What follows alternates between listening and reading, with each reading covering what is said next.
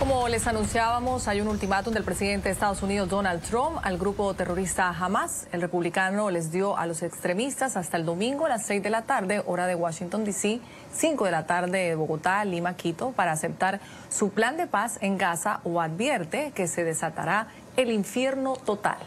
Este viernes, un dirigente de Hamas había declarado a la agencia de noticias AFP que el movimiento islamista necesitaba más tiempo para estudiar el plan de paz para Gaza presentado por Trump y que es respaldado por el primer ministro israelí Benjamín Netanyahu.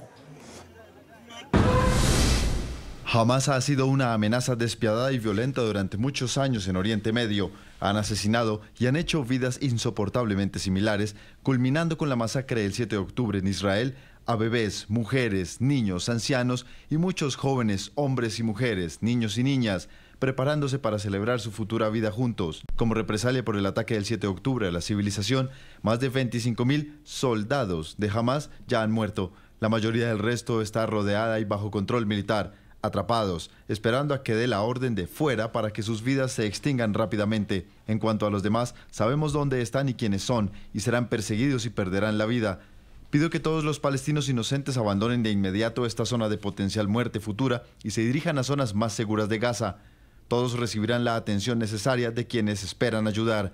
Afortunadamente para Hamas, sin embargo, tendrán una última oportunidad. Grandes, poderosas y muy ricas naciones del Medio Oriente y sus alrededores, junto con Estados Unidos, han acordado con la firma de Israel la paz en Oriente Medio después de 3.000 años. Este acuerdo también salva la vida de todos los combatientes restantes de Hamas. Los detalles del documento son conocidos por todo el mundo y es un gran acuerdo para todos. De una forma u otra tendremos paz en Oriente Medio. La violencia y el derramamiento de sangre cesarán. Rehenes todos, incluyendo los cadáveres de los muertos, ya. Se debe llegar a un acuerdo con Hamas antes de las 6 de la tarde del domingo, hora de Washington, D.C. Todos los países han firmado. Si no se alcanza este acuerdo de última oportunidad, se desatará un infierno como nunca antes se había visto contra Hamas. Habrá paz en Oriente Medio de una forma u otra. Gracias a su atención a este asunto, presidente Donald J. Trump.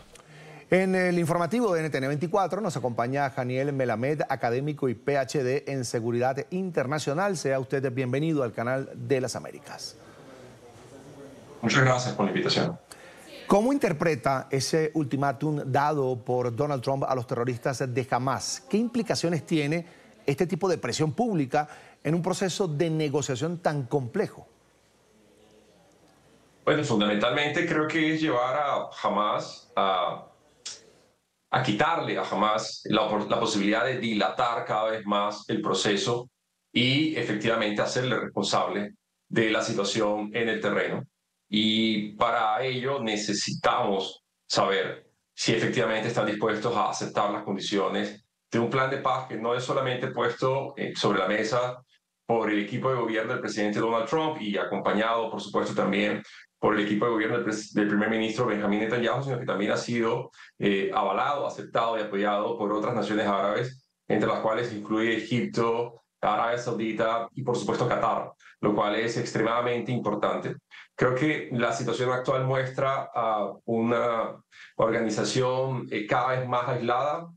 Hamas tiene, por supuesto, dos alternativas: a aceptar esta propuesta de paz, aceptarla tratando de alguna manera sobrevivir en el proceso, obviamente manipulando aquí y allá algunas de las condiciones que están impuestas sobre el terreno, que son bastante drásticas y creo que al final terminan siendo una reafirmación de la realidad del terreno, que es una victoria absoluta desde el punto de vista militar de las fuerzas de defensa de Israel y una derrota estratégica para la organización.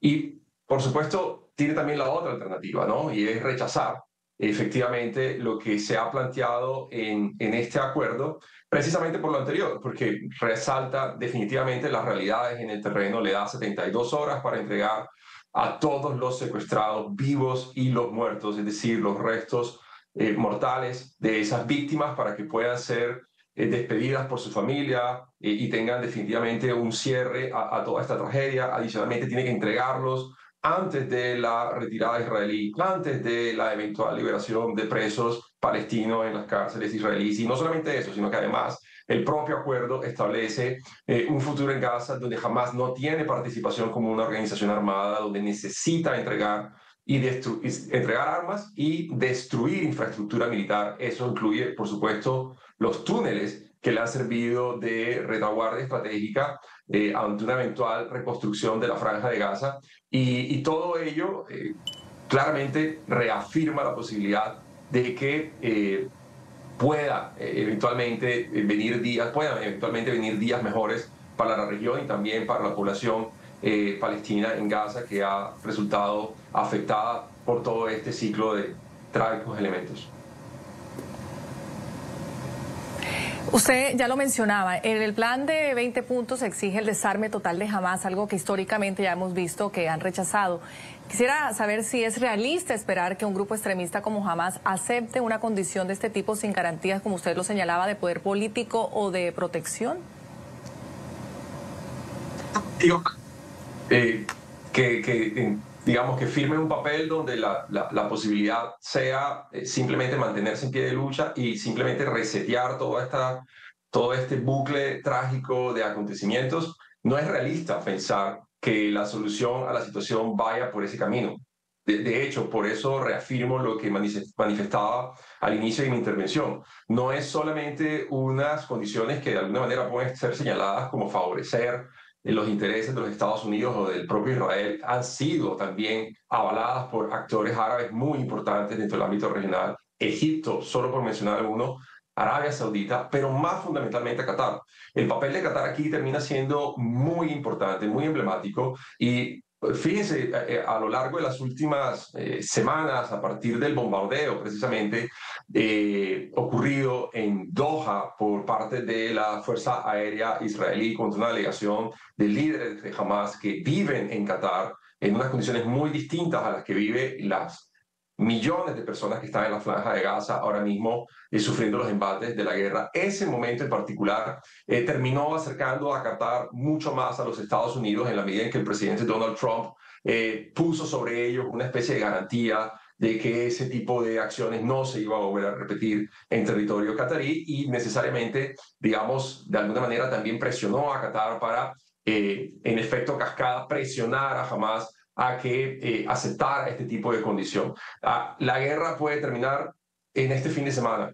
En cuestión de horas podríamos empezar a ver hechos realmente fundamentalmente concretos en el terreno de mejoría a las condiciones de las víctimas en ambos lados. Creo que ante esta posibilidad el mundo está ante la expectativa. Sin embargo, creo que es importante tener una cautela o un entusiasmo moderado en la medida en que la posibilidad de que jamás rechace este acuerdo está perfectamente latente, y eso es algo que muchos de los simpatizantes de la causa palestina en la agenda de protestas a nivel internacional quizás no entienden, y son tres elementos, el trinomio fundamental de la actuación de Hamas, que tiene que ver con tres conceptos que si no lo entiende, pues francamente no puede tener una discusión seria sobre el tema: el concepto de yihad, el concepto de ijtihad y el concepto de hudna. Yihad, este concepto de guerra santa; el concepto de ijtihad, el martirio, es decir, entregar mi vida, inmolarme para llevar a cabo esa guerra santa; y la hudna, estas negociaciones que al final no son acuerdos de paz de larga duración, sino meras pausas estratégicamente concebidas para dar la lucha en una posterior oportunidad. Entonces, entendiendo esto, creo que es importante que el mundo entero, pues, observe con cautela el desarrollo de las próximas horas y la eventual posibilidad de que Hamas efectivamente rechace este acuerdo.